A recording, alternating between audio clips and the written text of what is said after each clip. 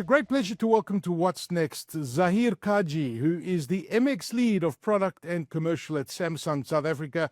I had to sign an NDA a few days ago to view these latest gorgeous devices, as it's the device of the year. There is no doubt about it.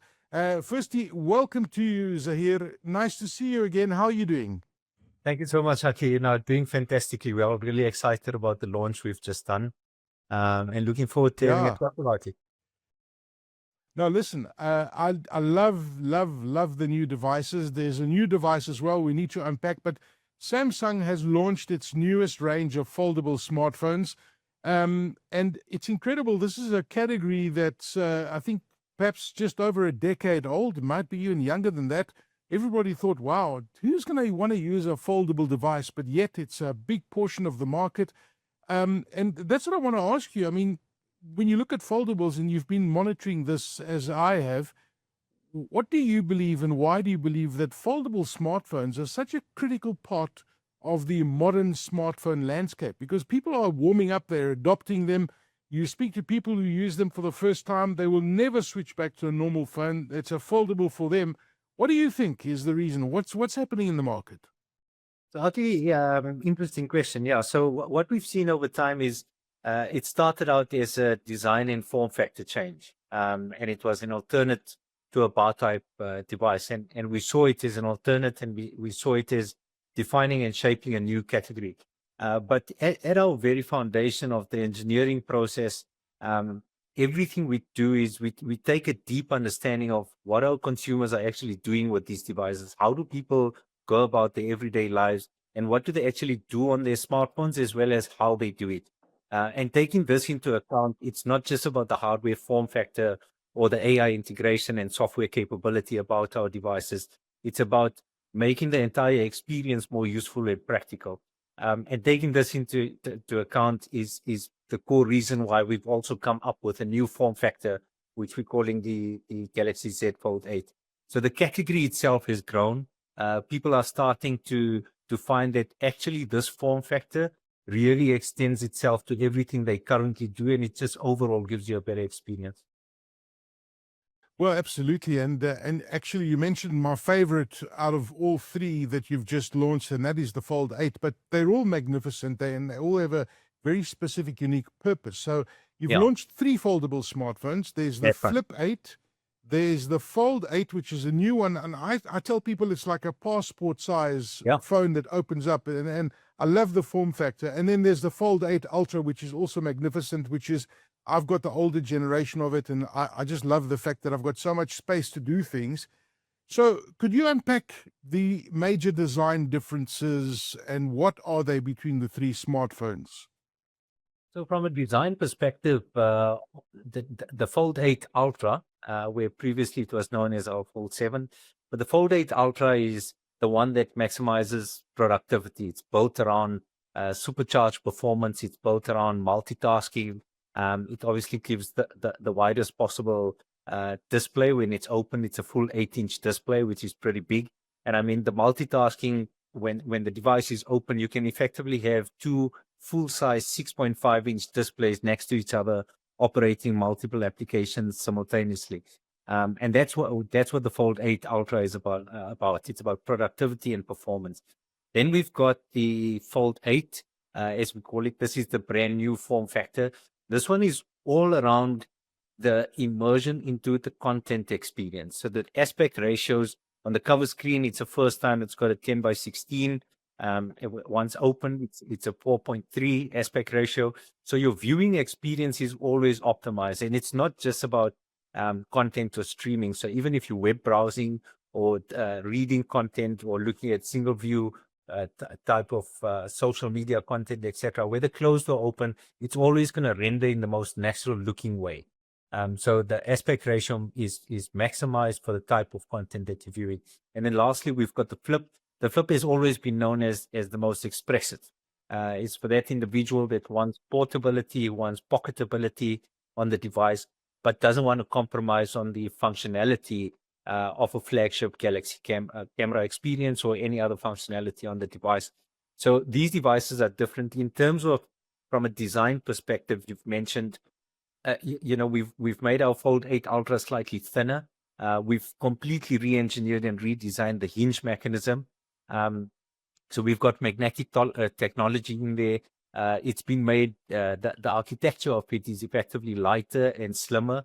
It opens and closes easier, but it's also allowed us to fit a new and bigger size battery in there. So we've got a 5,000 milliamp battery, which is an upgrade from the Fold 7, Fold 6 as well. And then we've got the Fold 8, which has a completely different hinge design. And this one is about, creating immediate access to the content. So as soon as you want to look at something on a bigger screen, it's much easier and lighter to open it. It's actually our lightest fold that we've produced thus far. It just comes in at 201 grams. For perspective of people listening, that's effectively lighter than a bar type smartphone. It's lighter than our S26 as well. So it's really cool in that you're getting the best of both worlds with portability, functionality, and you're able to open it onto a big screen. And then you've got the flip as well. We've made it slightly thinner. So the bezel is a bit finer. The cover screen has been made a little bit wider. Weight-wise, it's reduced. It's also at 180 grams, 181 grams, so pretty light. But the cool thing about it is that we've brought a lot of the functionality onto the cover screen.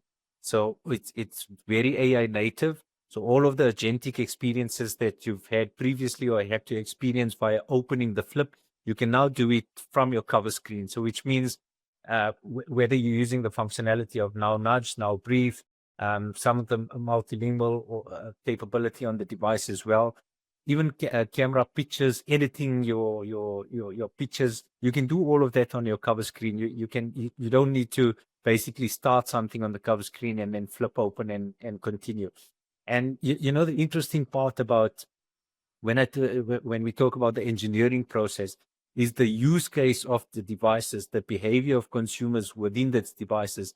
That's also been taken into account in the way the hinge has been designed, in the way it opens, in the rigidity that's basically available between different angles of the device. So the Flip 8, for example, what we call the flex cam, at any angle, the device will stay as you open it, which means it gives you so much more latitude in terms of what you can do with your camera and the angles you're shooting from, whether you want to operate it as a camcorder as well. So all of these taken into account basically is what I'm trying to explain around the design changes, as well as both from a hardware and usability point of view.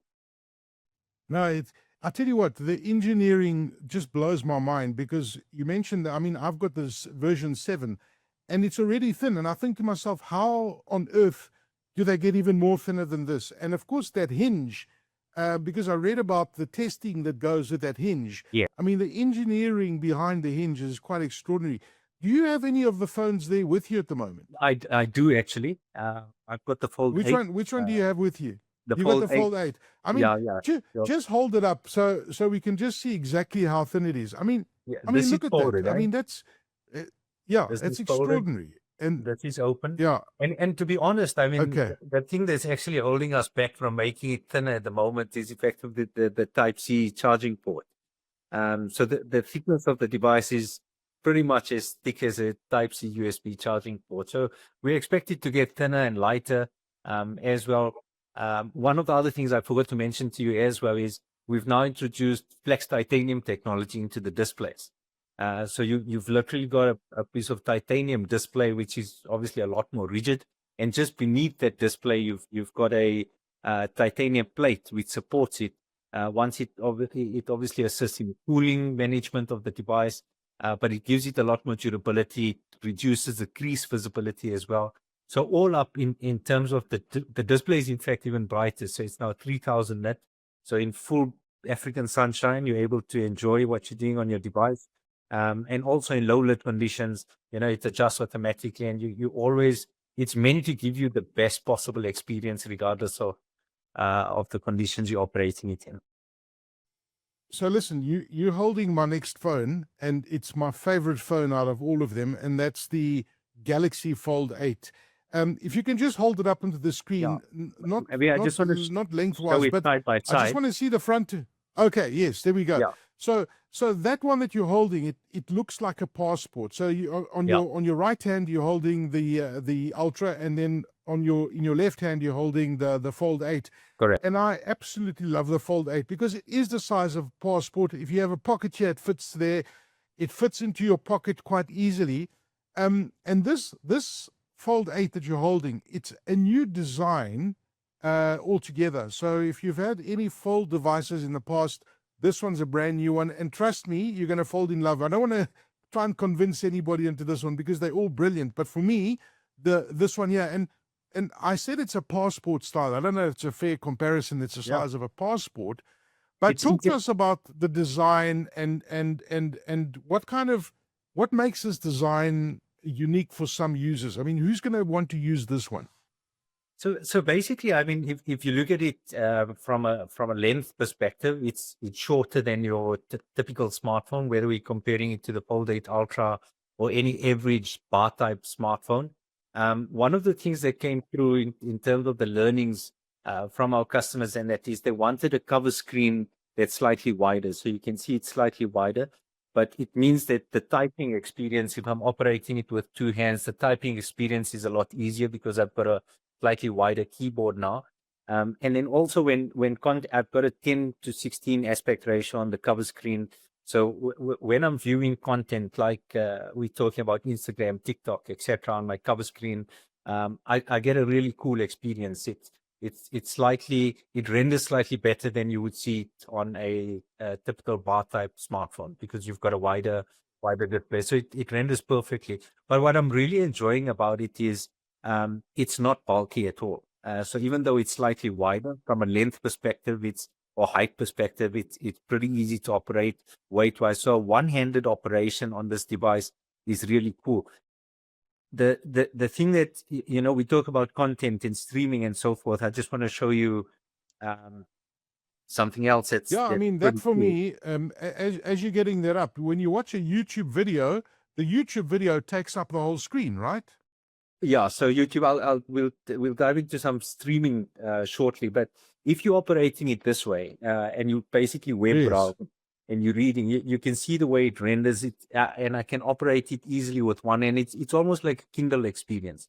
So I can Yes. consume and Yes. read a lot easier. And then to your earlier point, I think while we're talking, I'll just open something on YouTube as well. But essentially, the real estate in terms of display, because of Wow. the aspect ratio, you're getting a full 7.6-inch display. And whether you're watching YouTube streaming or Netflix or anything on this device versus even a Fold 8 Ultra, the picture size that you're watching is effectively the same. I'm going to open it on both devices and just give you a quick Yes. Yes. quick view of it. Yeah, I mean, that for me, and I love the fact that you can flip it on one side and view content. You can use it as a browse on the other side. For me, this one is the winner. But I want you guys watching this to see exactly what Yeah, Zahir and I are talking about. And do me a favor, when you do go into a Samsung store or a mobile store, ask them to show you the how it renders a page and how you view content, because that for me is just a differentiator. So did you manage to get something on your screen Yeah. there, Zahir? I've got it. Okay. So in So my right there we hand, go. Have a look at this. Have a look at this, guys. so you can see picture size wise, you're effectively looking at the same size picture. I've got this is Fold 8 Ultra, this is effectively Fold 8. But Yes. you can see that it renders perfectly, and I've got no compromise in the viewing size. Yes. Yeah. Are you watching Man United reruns there? No, I've just Googled some random stock games. This I'm is pulling endless. your leg. I I'm don't watch pulling your United leg. live or replays. No, I know it's very painful, I can imagine. But listen, it's going to be an exciting season on the football, which Samsung are very much involved in. So listen, coming back to those screens, they really, really are magnificent. But we're doing these phones injustice if we don't talk about AI, because what happens in the background, the processing power, the stuff that the phone does for you as a user, autonomously is amazing, and what it's capable of if you really use it properly. Talk to us about those AI enhancements, because Samsung's been talking about AI-powered devices for many years now, and they're just getting more and more powerful. So the UI has changed. You're now using One UI 9. Yes. And talk to us about the AI in these phones. So essentially, one of the things consumers have a perception that to operate AI, you need to be really tech savvy. It's often perceived as something really futuristic and so forth. But the way it's integrated into the device, into our One UI platform, is it makes everything a lot more natural. And essentially, the device allows you to do everything you wanted to do, but just do it quicker. So it feels more intuitive, it feels more natural. I'll give you a simple example. If we in a WhatsApp conversation, and you ask me, Zahir, are we able to meet on Wednesday at 9? A little bubble will pop up on my screen, and it's unobstructive to the chat itself. And that's what we call now nudge. So it's effectively nudging me, and what it's going to show there is view calendar. So when you ask me, can we meet at 9? I don't need to toggle and exit my messaging app, go into my calendar, see if I've got the time and so forth. It will nudge me. I can tap on it. The cool thing about doing that on a foldable is that if my screen is open, I can operate it multi-screen. So I can have calendar open on one side and messaging chat on the other. And I can immediately see, okay, I am available, tap on it and book an appointment. It would further go on to say, if I have it, and obviously I'm sure we'll chat about security and privacy and so forth. But as a user of the device and AI, I can basically allow what I want to be accessible by AI on device, and what data of mine I want to share. So if I'm comfortable with sharing my calendar info and so forth within my Google Apps, it can even prompt a suggestion prior to opening the calendar. So if in that case, if you ask me, are you available at Wednesday? It would be able to suggest to me as a response to the chat to say, yes, cool, Wednesday, 9 a.m. is perfect. And it goes even further than that. If it knows, if I've exposed my calendar and so forth to my on-device agentic AI, it would possibly know that I've got a meeting in Sandton. So it could suggest, hierarchy, can we meet at 10 a.m. in Sandton on Wednesday? Because it understands that I'm going to be in that area already. So, you get to bring in this type of technology and this type of innovation.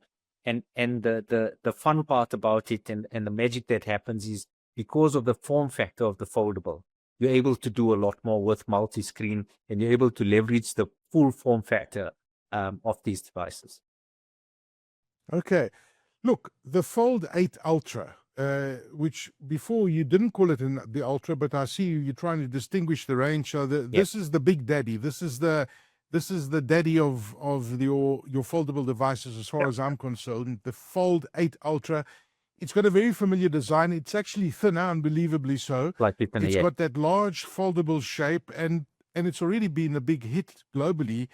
What makes the Fold 8 Ultra better than its predecessors? Because for one, the hinge has been improved. It's actually a new design, isn't it?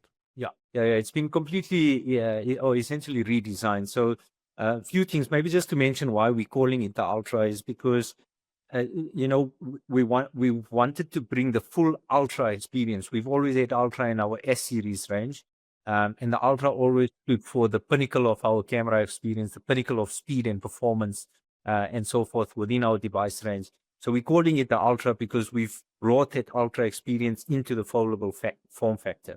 So just from a camera perspective, you've had the 200 megapixel camera, but the wide is now upgraded to a 50 megapixel. The hinge has been completely redesigned with the magnetic technology. The display's got flex titanium technology within it. The battery's upgraded now to a 5,000 milliamp. The cooling architecture within the device has been redesigned as well. So the device runs cooler, means usage time is better, means gaming is more fun on the device as well. And then, of course, from a software perspective, the One UI 9 is there, but also these devices are powered by our Snapdragon 8 Gen 5. It's effectively made for Galaxy, the chipset itself. So processing power on the device is a lot faster, which also means the display is more efficient, even though it's brighter, as well as the usage and consumption of battery on your device is much more efficient. So you potentially have a continuous 27-hour playback time on a Fold 8 Ultra, which is no joke. It supports fast charging as well, so 45 watt is supported. And that means that in 30 minutes of charge on a 45 watt, you can get roughly around 65% worth of battery life. So it's made for you to be on the go and to use your device and enjoy it, without compromising on worrying about battery performance or, I should have got a different device for a better camera. It's the perfect and pinnacle of our technology and information brought into the Fold 8 Ultra. So you touched on earlier around privacy, and I think that is a big concern for many people. The data that I'm sharing on AI or on my phone, especially with AI, right? Because, you hear stories and you're sharing sometimes personal information, sensitive information, et cetera. How is the data privacy on these devices, and how is Samsung ensuring that the user data, my data, is fully protected and now and in the future? Because I don't want other people knowing how I'm interacting with my phone and with AI. So what is Samsung doing to protect me, the user? I mean, we take and I specifically use the two words as security and privacy. So security typically refers to not being able to be hacked or infected by virus, etc. And privacy is I want to keep my data to myself. So the first part about it is our devices are integrate with, or at least our Knox platform is integrated within the devices in both the firmware and software as well. So it's unhackable. The second part of it is it sits very deep, and we've got a device encryption essentially. So all personal data is stored as encrypted data on device. That's the second point. And the third point is when it comes to privacy and security, and that on our devices through One UI 9, it gives the consumers the choice of being able to allow certain data to be shared or not shared. So you're able, through simple toggles, go into the menu and toggle, yes, I don't mind sharing my pictures, or I want to keep this type of information or these applications completely on device and secure and not integrate with the AI or agentic AI experience at all. So it gives the practical solution of you are in complete control and of anything you want to share. So privacy and security has always been exceptionally important to us, and naturally so. It's a core focus and core priority in any consumer's mind, myself included. So I'm pretty comfortable. We've deployed Knox across different platforms as well, or use cases within our device environment, and it's been proven over and over again in terms of just how secure and tough our Knox platform is. Fantastic.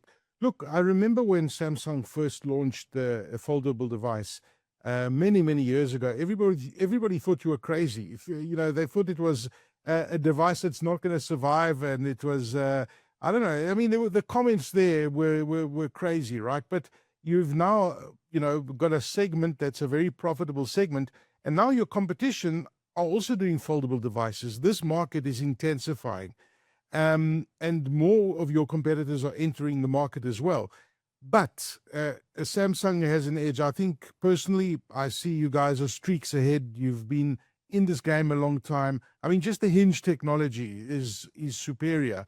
What is your strategy at Samsung for expanding your share in this global foldable market that's becoming increasingly competitive? So the first part about it is obviously we've just launched the new Z Fold 8, so it's a completely new device within the portfolio of foldables. So we now believe we've got a very comprehensive portfolio of foldables, and there's something in it, or there's a device for every type of persona and use case. In terms of other entrants into the foldable market, we pretty much welcome it. We know that this is our seventh generation already in terms of foldables. We've been through it. We've not just innovated on the hardware and so forth, but the type of experience that we're delivering through the integration of the AI technology, the speed, performance, as well as the form factor in itself, all of that integration doesn't happen sort of overnight. It's taking us years to get to this sort of level. But speaking about other entrants coming to the market, it shows that the foldable category in itself is something to be taken note of, and we've really established and led within the foldable category. So we welcome competition as always, and we think that more players also coming into this category will further, embed the stance of why this category is so important, as well as keep pushing boundaries of innovation and technology. Us included, it will keep pushing us. There's obviously no place for complacency. So we pretty much welcome it, and we believe we are very well positioned to maintain our share as well as grow the portfolio and size of category in market and globally as well. So I'm in Sandton City and I bump into Zahir on a Saturday morning and I say, Zahir, listen, I want to move to a foldable device, but I'm not sure which one. I'm done with a straightforward old style device, which are also very good, and there's a place for them as well. But I actually want a foldable.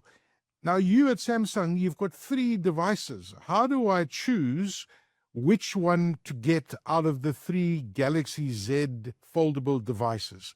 How do you determine which one to get? What do you say to people? I'd start by asking you simply, what do you do every day on your device, and effectively what's most important to you?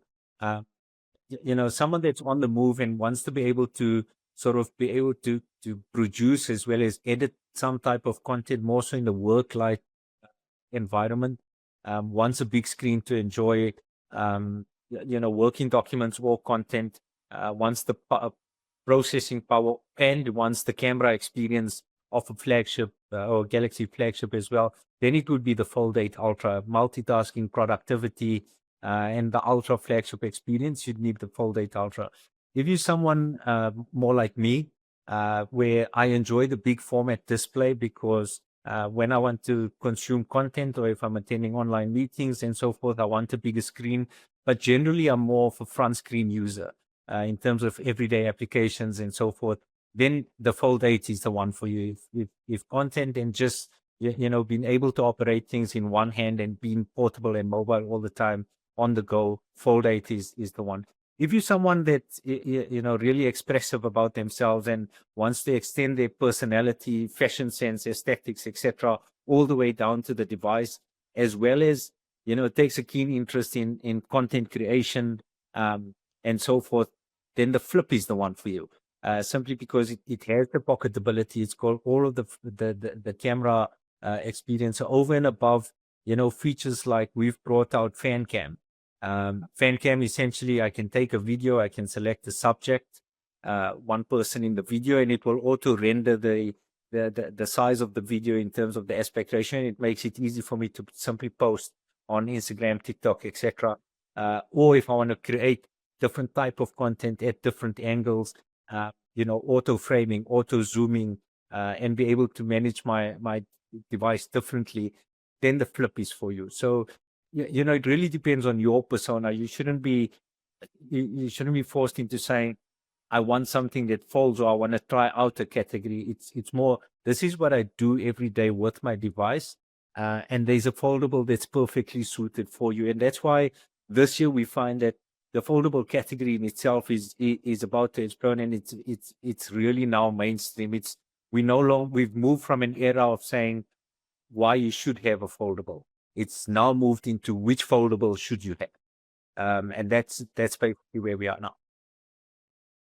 You see, I was looking because I use my Fold 7, the older generation, for a lot of spreadsheets and that, and I was curious to see if the Fold 8 is going to serve the same purpose. And I tried some spreadsheets with the demos and that, and they rendered perfectly fine. So Yeah. I am still maximizing that. And I think it's also a personal preference, right? If you like the form factor and if you're doing a bit of both and everything.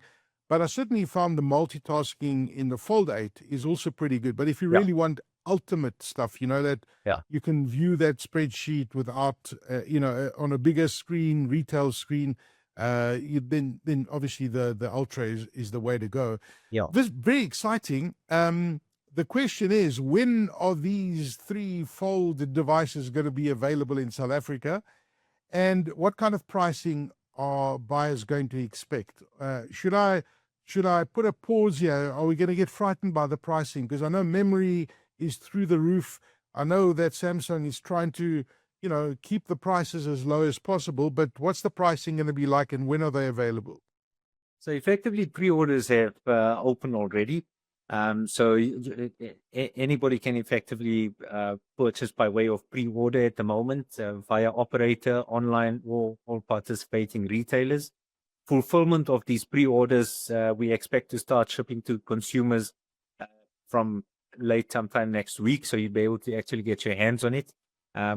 Pricing wise, on the flip on contract, you can effectively purchase from 999 a month or 30,999. The Fold 8 from 40,999, and then the Fold 8 Ultra essentially starting at 50,999. So yes, pricing has gone up. We've got options available within participate channels for trading as well to make these devices and technology more accessible, more affordable as well. And to really take advantage of the timing of getting your hands on it early, we've got an offer in place as well, a pre-order offer. So any consumer buying any one of our foldables at the moment, running to the end of August, you essentially get a 1,500 rands accessory voucher. Protect that phone, keep your phone out as soon as you leave the store. Further than that, we've got the Google AI Pro 6 months on us. So we encourage users, try out Google AI Pro. This is worth 2,500 rand as a value add. Gives you the trial period of 6 months, 5 terabytes worth of storage, but you really get to experience everything you can do with Google AI Pro on these kind of devices. And then lastly, people want peace of mind. People want to trust the durability and the care and service element that comes with Samsung. So we've offered a 25% discount on our Care Plus program as well. To put that into perspective, consumers that have these devices, this type of technology and screen, if you have an accidental fall and your screen cracks or breaks, it could cost up to 12 to 15,000 rand to replace the screen. With Samsung Care Plus, essentially I can protect that from as little as $120 a month, or pay a once of $1,500. $1,500, and that's a beauty and of the offer we've got in place right now. Fantastic. Well, listen, exciting stuff. Lots of things to think about. I love the idea that you can trade in, so get a reasonable rate for your previous device. Yep. So guess what I'm doing with my Fold 7? I'm going to be trading that one in, and Yep. I want the Fold. Well, listen, after talking to you, the Ultra is also appealing to me as well. So I will decide. Zahir Cajee, the MX lead of product and commercial at Samsung South Africa, unpacking the new Samsung Fold devices. And please do yourself a favor. Go into a store and experience it for yourself, and you'll know exactly what I'm talking about, because they really are truly magnificent. Zahir, thank you very much for your time. Thank you, Aki.